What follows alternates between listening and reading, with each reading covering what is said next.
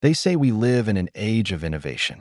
But beneath the glitter of progress lies an experiment so vast, so quiet, that most don't even realize they're part of it.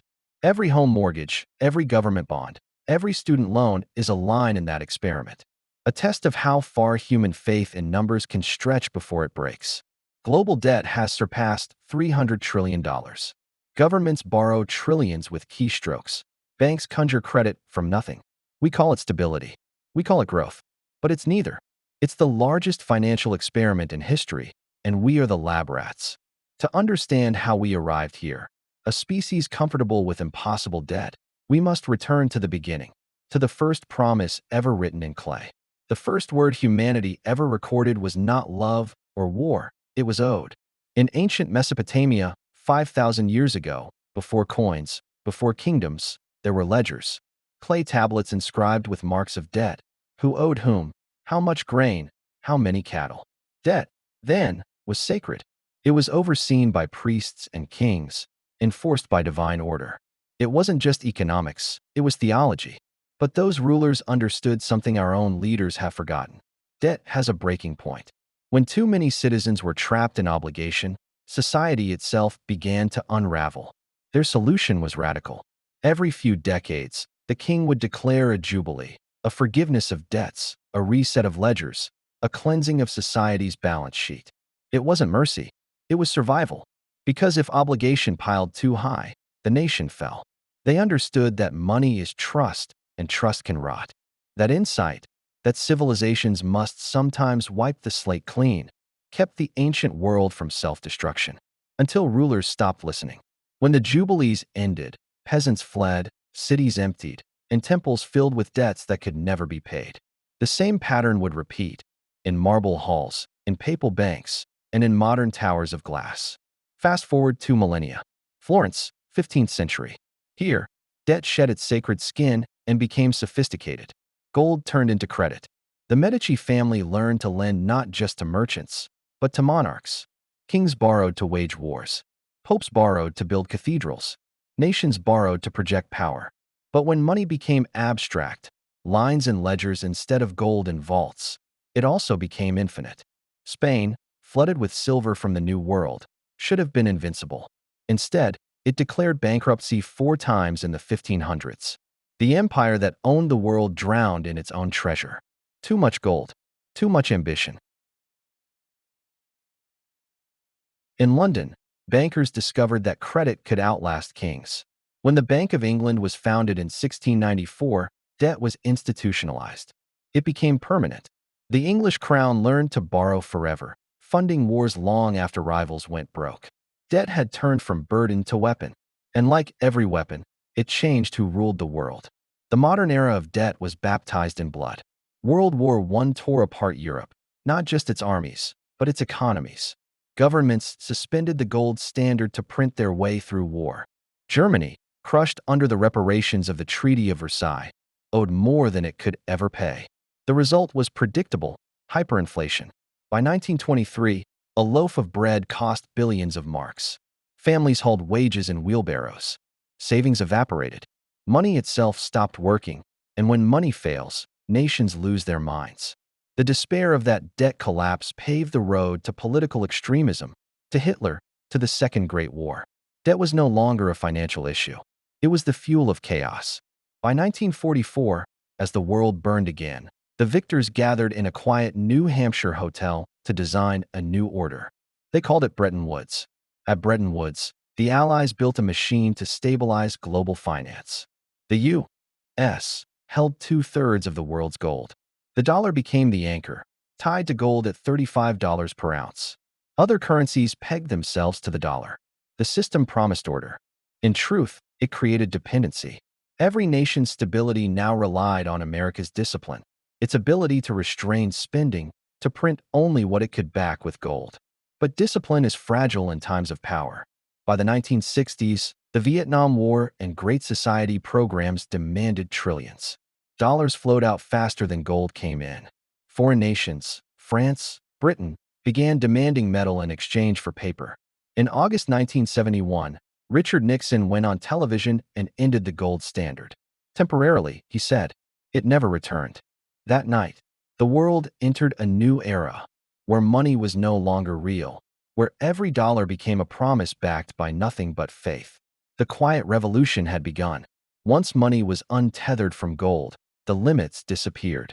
Debt became infinite, limited only by interest rates and public belief. Central banks discovered they could manufacture growth through credit. Recession? Cut rates. Crisis? Print more. Each downturn was solved by more debt, birthing a larger one next time. In the 1980s, Reagan and Thatcher preached markets while quietly expanding deficits. Developing nations, lured by easy money, borrowed in dollars, and when rates rose, they collapsed. The Latin American debt crisis became a global warning. But the lesson wasn't learned. It was monetized. Debt became policy. Borrow, boom, bust, repeat.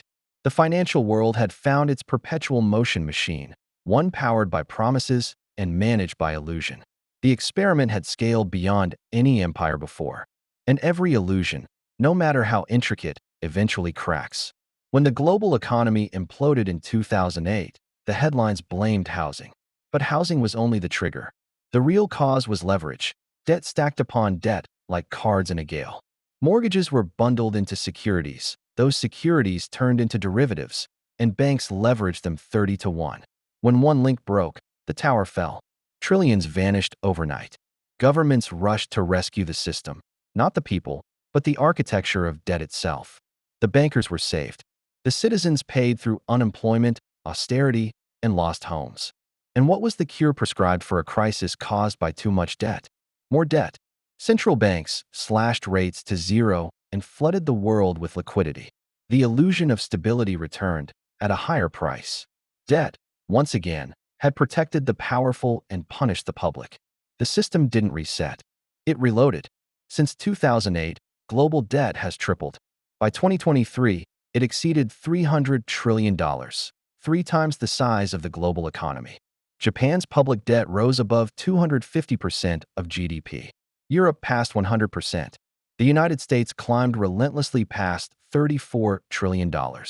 Every sector, government, corporate, household, feeds the same addiction. We no longer measure solvency. We measure how long the illusion can hold. Debt has become the oxygen of markets. If it stops growing, the system suffocates. Interest rates rise, and suddenly every promise cracks, from mortgages to national budgets. We tell ourselves debt is wealth, that tomorrow will pay for today.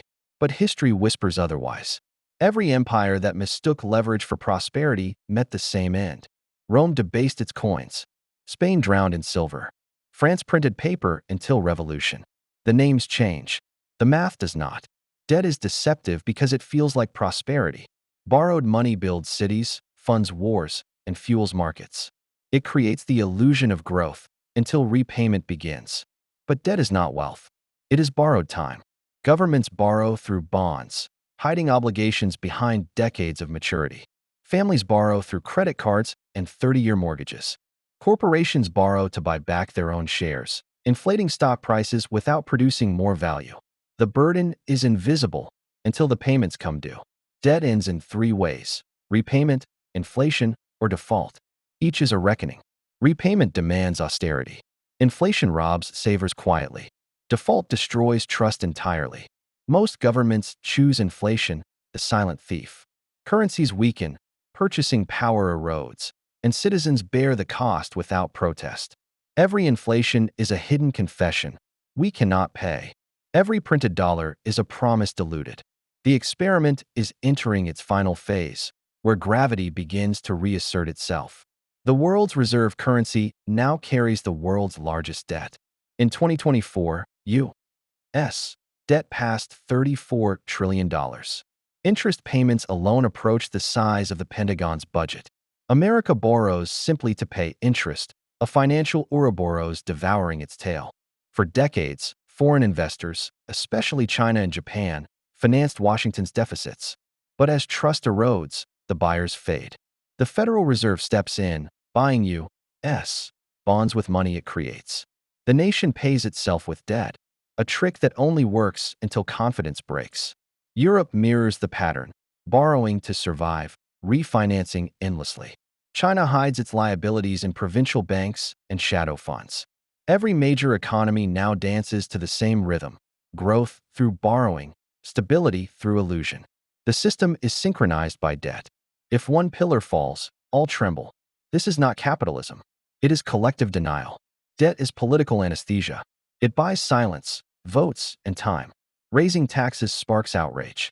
Cutting spending costs elections. Borrowing does neither, until the bill arrives decades later. Politicians promise that deficits don't matter. Central banks reassure that they can manage inflation. But since 2022, the era of free money has ended. Interest rates rose. Refinancing became painful. Governments, corporations, and households suddenly faced the truth. Cheap credit was the oxygen of modern life, and the air was thinning. Nations now borrow just to stay afloat.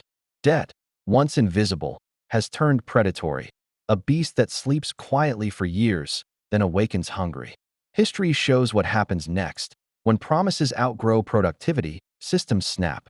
France in 1789, Rome in the 3rd century. Countless echoes. Every empire falls not when it runs out of power, but when it runs out of trust. We glorify debt because we mistake consumption for growth. Students are told to borrow for investment in themselves. Families are told to buy homes beyond their means. Nations are told that deficits drive prosperity. But behind the slogans lies dependence. Debt is marketed as empowerment, but it's the oldest chain of all. Every payment cycle transfers wealth upward, from workers to lenders, from citizens to states, from nations to financiers. This is not new. Rome debased coins to tax the poor invisibly. Medieval kings extracted loans at sword point. Modern governments print and borrow to fund endless wars and subsidies for the powerful. Debt is the mechanism that disguises servitude as stability. We are told it is infinite, safe, costless. But nothing infinite ever stays safe. The higher the tower of promises, the louder the silence when it collapses. When the math no longer works, ideology doesn't matter.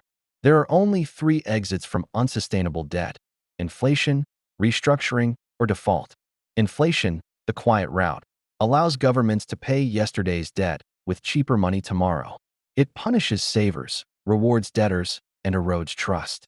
Restructuring is open humiliation, admitting you can't pay, begging creditors for mercy, rewriting contracts. Default is chaos, the outright refusal to pay. Nations collapse under it. Most choose inflation because it feels painless. But pain delayed is pain multiplied. Look closely at today's headlines: rising prices, shrinking savings, currencies under strain. These are not anomalies. They are the opening notes of the next reset. Every empire, every century, every currency eventually reaches this point. The question is not if the reset comes. It's who will pay when it does. Debt is not an accounting issue. It's a hierarchy. Those closest to the source of new money, governments, central banks, corporations, spend it first before inflation spreads. By the time it reaches workers and savers, prices have already risen. It's the ancient Cantillon effect disguised in modern form. Every stimulus, every bailout, every quantitative easing enriches the few and dilutes the many. When crises erupt, the powerful are rescued. Banks receive lifelines. Hedge funds are saved. Ordinary people lose their homes, their pensions, their faith. The pattern is relentless. Profits are private, losses are public. Understanding debt is not academic. It's survival. Because the same trick that built empires now bleeds citizens dry, silently, predictably, beautifully engineered to appear inevitable. But it isn't. Every generation believes it's different. That this time, the system is smarter, safer, more advanced. But the story never changes. Debt expands until it destroys the very confidence that sustains it. Then, like clockwork, societies relearn what their ancestors knew: that money is not wealth, and debt is not growth. The ancients inscribed it on clay. Rome stamped it on silver. The French learned it in blood. America is learning it in digits. Debt is not neutral. It transfers power from the many to the few, until trust collapses and the cycle resets. To escape it, we must stop confusing paper with prosperity. Protect what is real: skills, community, assets that can't be printed. History doesn't punish ignorance. It simply repeats until understanding arrives. We are living through the largest financial experiment in human history. And every experiment, eventually, reaches its conclusion. If this gave you a new perspective, hit subscribe. History has the answers. I'll show you where to look.